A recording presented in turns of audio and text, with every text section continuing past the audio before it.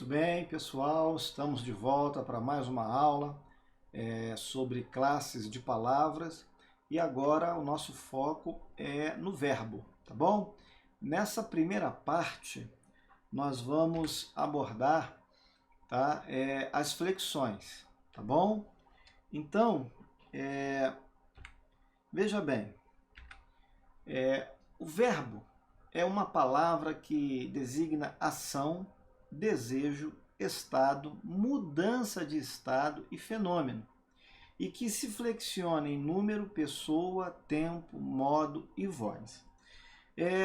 Algo interessante que eu preciso falar desde já com você é o seguinte: quando o verbo indica estado ou mudança de estado, né, indica também uma característica do sujeito, esse verbo vai ser chamado de verbo nocional, ou melhor,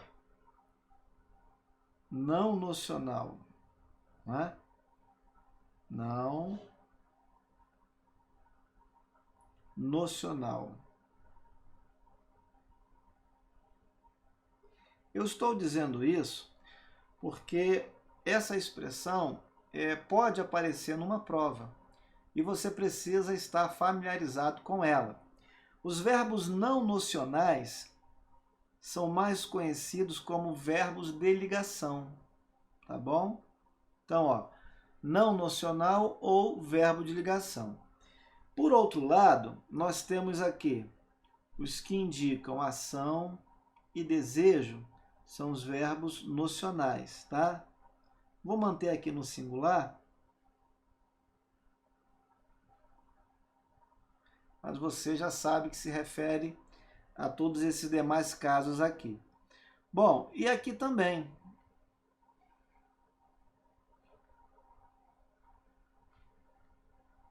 Tá bem? Então fique com esses conceitos aí. Vejamos, ele estuda. Almejamos a classificação. Ele está doente. A lagarta virou borboleta, choveu forte. No primeiro caso, claramente o verbo indica uma ação. Segundo caso, desejo. Não há dúvida quanto a isso. Agora, cuidado. Ele está doente. É o estado em que o sujeito se apresenta. Eu chamo a sua atenção, por exemplo, para a seguinte análise. Ele está aqui. Olha lá. Ele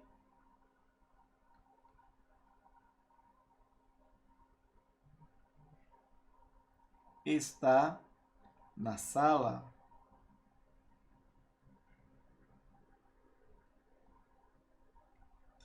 Cuidado, tá bom? Por quê?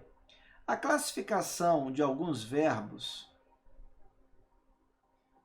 só pode ser feita adequadamente com o uso efetivo deles numa oração, tá bem?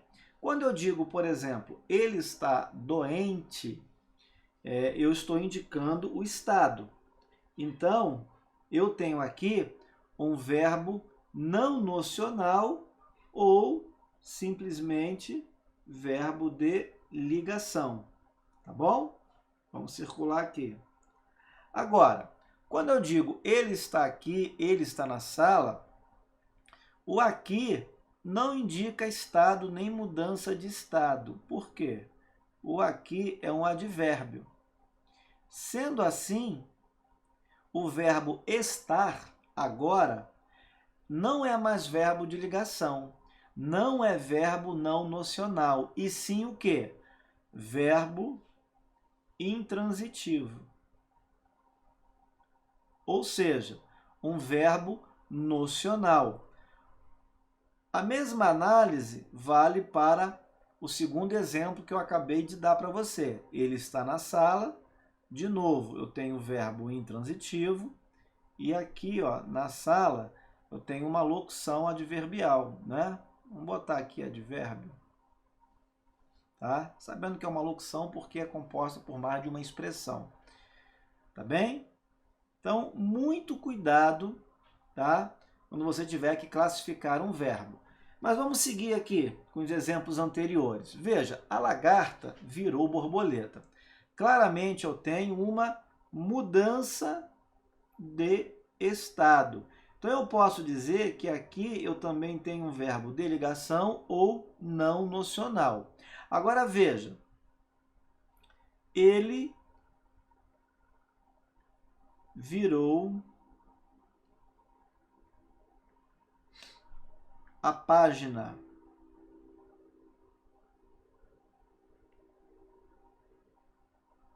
Do livro. Por exemplo, vamos analisar o verbo virar aqui. Literalmente, o verbo virar é mudar, né? A página, passar de uma página para outra, certo? Não significa mudança de estado, e sim uma ação desempenhada pelo sujeito ele. Então aqui, ó, quem vira, vira algo. Eu tenho aqui o complemento do verbo, conhecido nesse caso como objeto direto, e o verbo aqui, transitivo direto ou verbo nocional. Bem? Finalmente, choveu forte, fenômeno da natureza. Outro verbo nocional aqui, ó.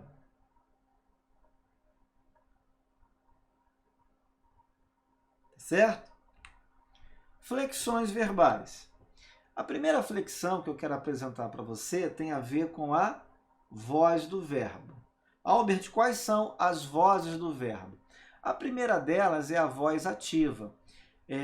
Isso ocorre quando o sujeito da oração pratica a própria ação designada pelo verbo. Então, o sujeito, quando ele pratica a ação, ele é chamado de agente.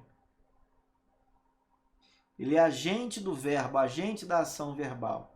Veja, o aluno aprendeu a lição. Tá? É diferente da voz passiva. Ó, o aluno é o agente.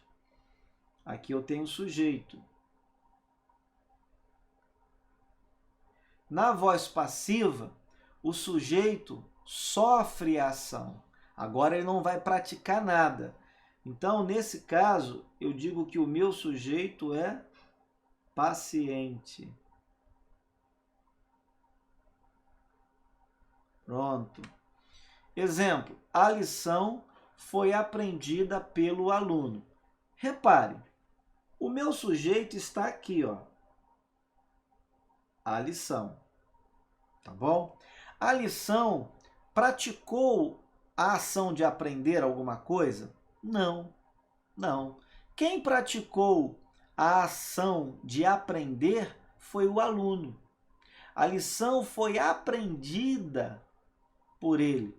Ou seja, o sujeito é o paciente da ação designada pelo verbo. Terceiro tipo de flexão verbal com relação à voz é a voz reflexiva. Agora, eu vou conjugar a prática da ação com o sofrimento dela. Então, agora, o sujeito, ao mesmo tempo, é o agente e o paciente. A ação que ele pratica recai sobre ele mesmo, por isso que é reflexiva. Não me considero tão importante. O sujeito, bom, de acordo com a flexão do verbo, você sabe que o sujeito é oculto. Eu, primeira pessoa do singular. Agora veja, eu considero alguém tão importante? A ação de considerar recai sobre um outro ser diferente do próprio sujeito? Não. A ação recai justamente sobre o próprio sujeito, que nesse caso aqui está sendo representado pelo pronome átono, pronome oblíquo átono.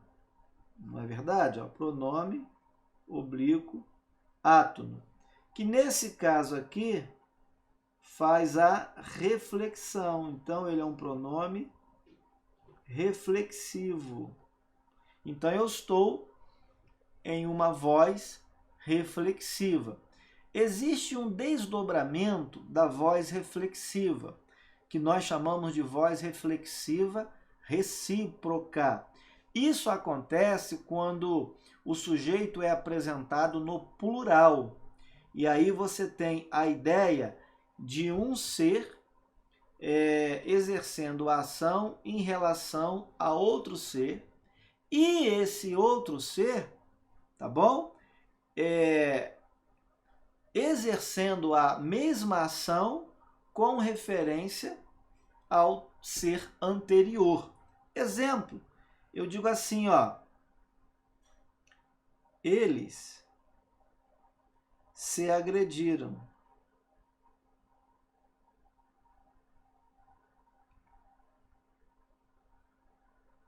Olha lá, eu tenho sujeito no plural, eu tenho pronome oblíquo átono, certo? Que também aqui é um pronome reflexivo.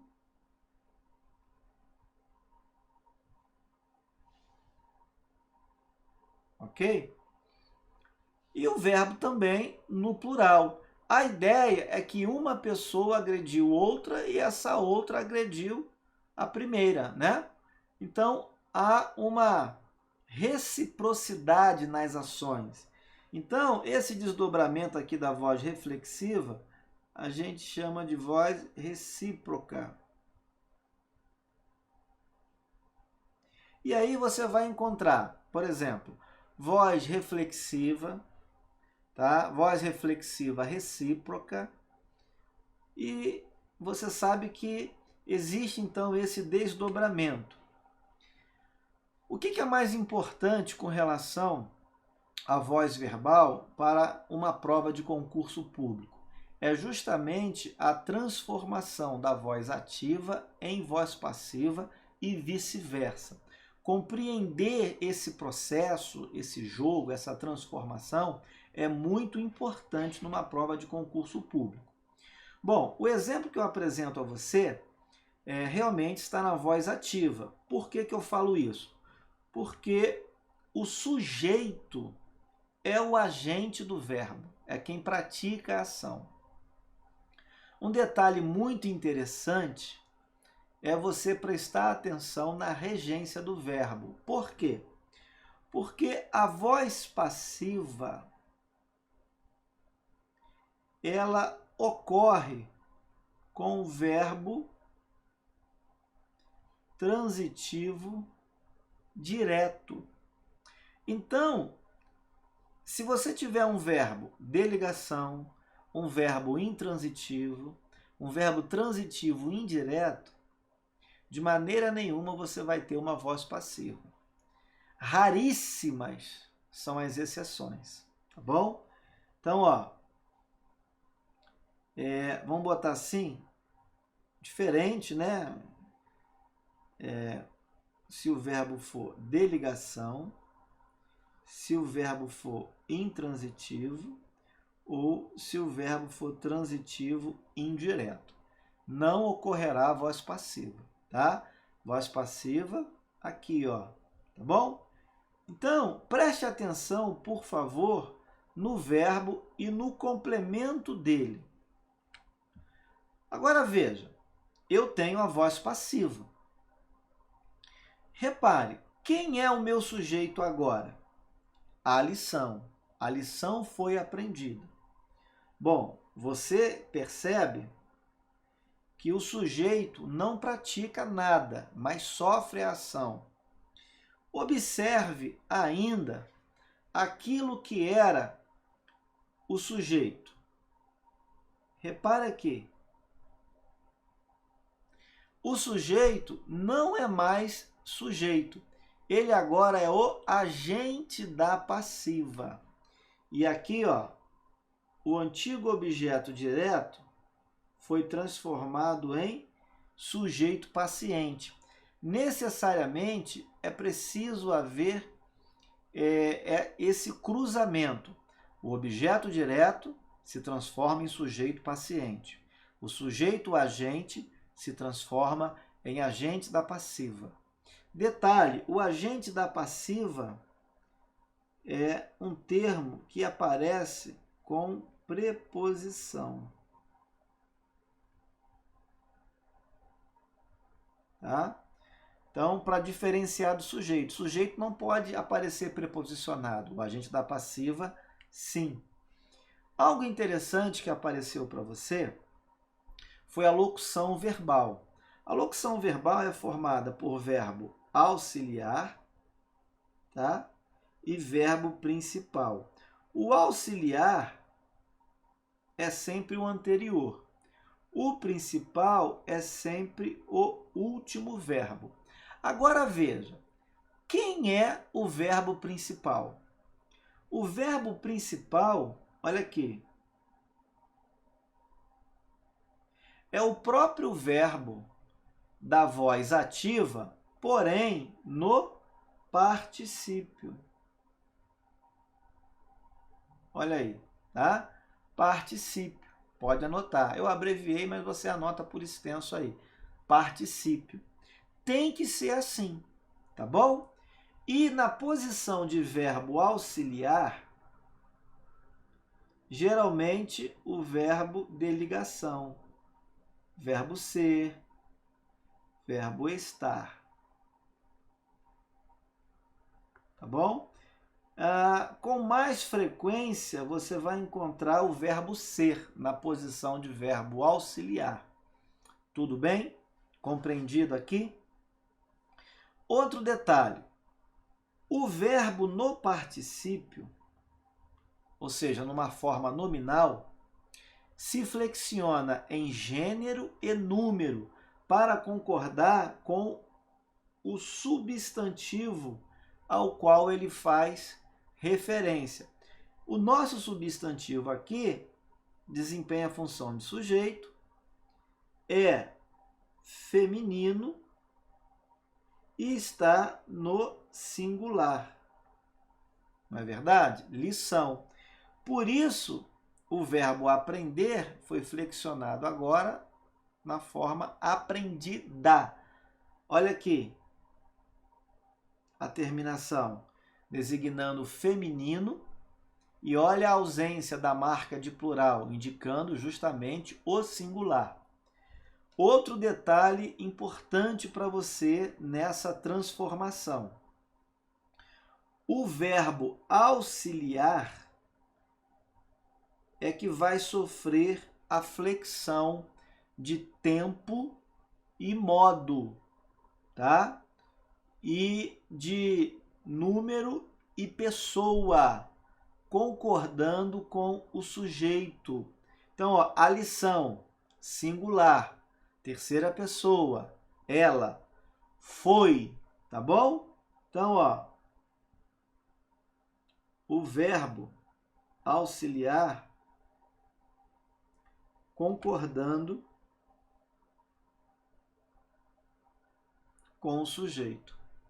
Então, vamos colocar aqui, ó, terceira pessoa do singular. Tá certo? Bem, essa voz passiva, apresentada como uma locução verbal, é chamada de voz passiva analítica. Guarde isso, tá? Importante. Ou, tá? Verbal. São os dois nomes que podem aparecer: voz passiva analítica ou voz passiva verbal. Agora, não é difícil entender por que ela é verbal, porque ela é apresentada com uma locução verbal. Outro exemplo: aprenderam a lição. Bom, o sujeito aqui é indeterminado, certo? O verbo está na terceira pessoa do plural. Terceira pessoa do plural. Olha aí, tá? Mesmo sendo indeterminado, é o próprio sujeito quem pratica a ação do verbo. Por isso, voz ativa, tá bom? O sujeito aqui continua sendo agente. Eu não consigo identificar claramente o ser responsável pela ação, mas o sujeito é o agente. E outra coisa importante é que o verbo continua sendo transitivo direto. Olha aqui o seu complemento. Isso sinaliza para mim a possibilidade de realmente haver a transformação para a voz passiva. Se o verbo fosse de ligação, intransitivo ou transitivo indireto, como eu já disse, não haveria essa possibilidade. Veja, a lição foi aprendida. Quem é o sujeito agora? A lição. A lição não aprende nada, muito pelo contrário, ela é aprendida. Bom, quando o meu sujeito é paciente, tá certo?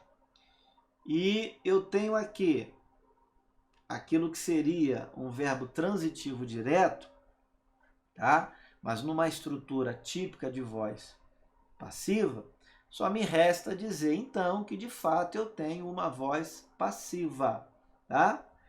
E o que você observou aqui? A locução verbal. Olha lá. Primeiro verbo sendo auxiliar, o último verbo sendo o principal. De novo, observe o verbo aprender. Ó, ele vai estar no particípio. Isso é importante você perceber, tá bom? E quem é o meu verbo auxiliar? Geralmente, eu já falei isso para você, é o verbo ser ou o verbo estar. Com muito mais frequência, vai aparecer para nós aqui, ó, o verbo ser, tá bem? E o verbo auxiliar é que concorda com o sujeito, tá bom? O verbo principal vai sofrer a flexão de gênero e número. Ó, gênero e número, para concordar com o substantivo ao qual se refere. Olha lá. Mas a concordância de número e pessoa, ó, pode ver que aqui, vou puxar uma setinha para cá, você pode ver que aqui o verbo está na terceira pessoa do singular. Tudo por causa do sujeito, que também está nessa mesma pessoa e nesse mesmo número, tá bom? Então, o fato curioso agora. Qual é o fato curioso? O fato curioso é o seguinte: onde está o agente da passiva?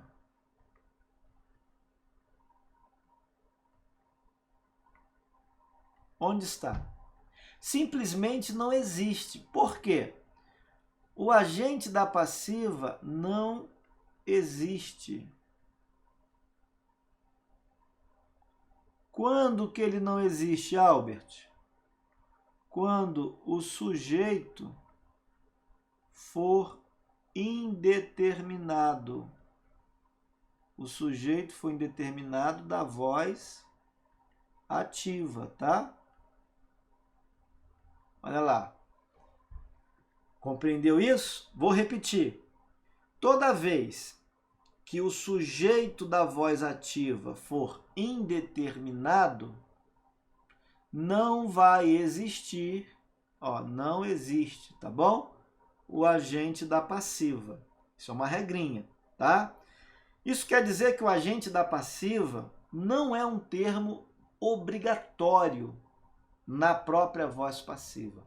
Ele pode aparecer ou não, tá certo? Mesmo na voz passiva analítica, ele pode não aparecer. Outro exemplo, aprendeu-se a lição. Veja o verbo. Presta atenção no verbo. É o verbo aprender. Quem aprende, aprende algo, tá? Repare a estrutura. Essa estrutura é perigosíssima, tá? Perigo. Por que ela é perigosíssima? Bom, na língua portuguesa, nós temos o que chamamos de ordem natural, ordem canônica, ordem direta dos termos. Geralmente, tá? Vou botar aqui, ordem. Geralmente, na primeira posição, quem aparece aqui para você? É o sujeito. Depois do sujeito, vamos botar assim, tá? Na segunda posição, é o verbo. Finalmente, aonde eu quero chegar? Na terceira posição, quem é que vai aparecer aqui? Bom, como nós estamos falando de verbo transitivo direto, então, na terceira posição vai aparecer o complemento verbal, mais conhecido como objeto, que pode ser direto ou indireto. Tá ok? É isso aqui. Então, a dificuldade do aluno, do candidato, numa questão de prova, né, num teste, é justamente notar a possível mudança de posição entre o sujeito e o complemento. Muitas vezes o sujeito aparece depois do verbo, na posição típica do objeto. E aí o aluno tende a analisar a função sintática desse termo equivocadamente, só por causa dessa alteração. É o que está acontecendo aqui na voz passiva, nesse último exemplo. Você tem que perceber que você tem um verbo transitivo direto ainda, porque quem aprende, aprende algo. E você tem que perceber que a lição é o sujeito paciente desse verbo, mesmo na posição após o verbo, naquela posição que tradicionalmente é ocupada pelo complemento dele. Você tem que estar atento. Um outro detalhe que você precisa ver é justamente a sinalização do pronome ser. Ora, verbo transitivo direto mais ser é sinal, querido, de voz passiva. Tá bom? Então você tem que estar atento a esse detalhe. Agora, se antes eu tinha uma voz passiva analítica, como eu já falei para você, que também pode ser conhecida como verbal, justamente por causa da locução, agora a minha voz passiva vai receber outra designação. Vai ser passiva sintética, ao contrário de analítica, ou o quê? Pronominal. Agora, diga-me uma coisa. Por que você acha que ela é chamada de pronominal também? É óbvio, é pronominal por causa da presença do pronome oblíquo ser. Esse pronome, tá, em voz passiva, é chamado de pronome apassivador. Tá bom? Pronome apassivador é o nome desse pronomezinho que integra a voz passiva sintética ou pronominal. Tá bom? Repare mais uma coisa. Cadê o agente da passiva? Não existe. Aqui. Bem, então eu vou reforçar o conceito. O agente da passiva não existe na voz passiva sintética ou pronominal. Em relação à passiva analítica ou verbal, ele pode existir. Há uma possibilidade para isso. Quando é que ele não vai existir de jeito nenhum? Bom, quando na voz ativa o sujeito for indeterminado. Olha, eu sei que tudo isso é muito complexo, mas você precisa absorver esse ensinamento, porque o examinador ele pode cobrar e isso atrapalha na hora da prova, tá bom? Então guarde tudo isso que eu ensinei para você, tá? Olha lá, olha o que apareceu aqui. O que eu disse, pronome apassivador, tá bem? Considerações importantes, então, para a gente fechar o raciocínio. Toda vez que você, numa prova, numa questão, encontrar o ser, olha aqui o danado, você imediatamente vai marcá-lo para chamar bem a sua atenção e você não perder o foco. Depois que você marcar o ser, você vai olhar para o verbo e vai analisar a regência desse verbo.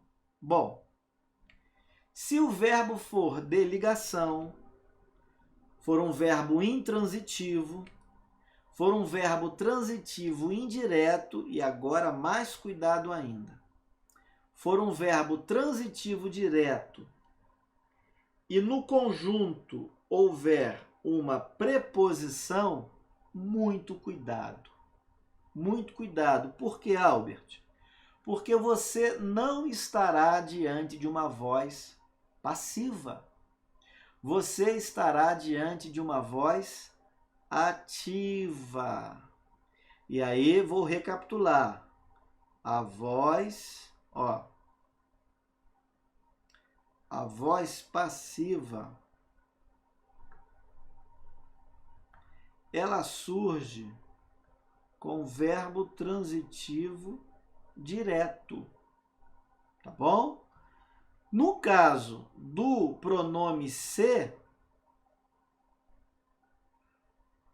é VTD mais C, sem a tal da preposição, tá? Porque se a preposição aparecer, aí você cai nesse último caso aqui, que eu estou ressaltando, tá bom? Então, VTD mais C sem a tal da preposição. Aí sim, você vai estar diante de uma voz passiva sintética.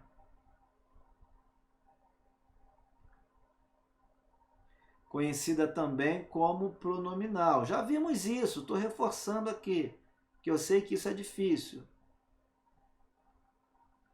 Muita gente boa escorrega aqui, tá joia?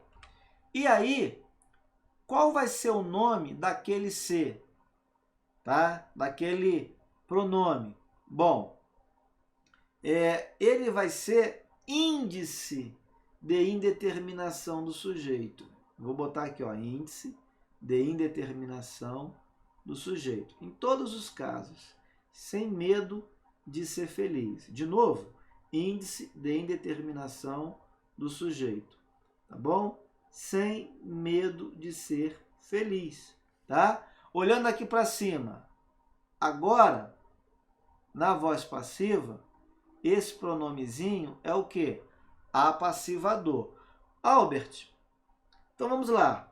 Se eu tenho um índice de indeterminação do sujeito, ora bolas, classifica esse sujeito para mim. Só pode ser sujeito indeterminado, tá certo?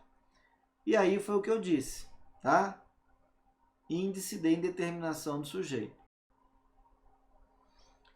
Bom, ainda sobre flexões verbais, mas agora falando da flexão de número e pessoa, o que nós temos aqui, Albert? Olha só, nós temos, com relação ao número, o singular ou o plural. Com relação à pessoa, a primeira, a segunda e a terceira. De modo que a primeira do singular, eu, e a do plural, nós. A segunda do singular, tu, e do plural, vós. A terceira do singular, ele ou ela, né, masculino, feminino. E a do plural, eles ou elas. Veja, rapidamente, ó. Eu canto, tu cantas, ele canta, nós cantamos, vós cantais, eles cantam. Estou tratando do verbo cantar. Vou anotar aqui para você, ó. Cantar. Outro exemplo. Eu vendo, tu vendes, ele vende. Nós vendemos, vós vendeis, eles vendem. Agora eu estou trabalhando com o verbo vender. Finalmente, eu parto, tu partes, ele parte. Nós partimos, vós partis, eles partem. Então, eu estou trabalhando com o verbo partir agora. Onde eu quero chegar? Bom, uma breve noção sobre conjugação a qual pertence o verbo. Olha só, galera. O verbo que tem a terminação ar pertence à primeira conjugação. O verbo que tem a terminação er pertence à segunda. E, finalmente, o verbo que tem a terminação ir pertence à terceira. Tá bom? Detalhe, esse azinho aqui, esse é e o i, são chamadas de vogais temáticas. Anote aí, tá bom?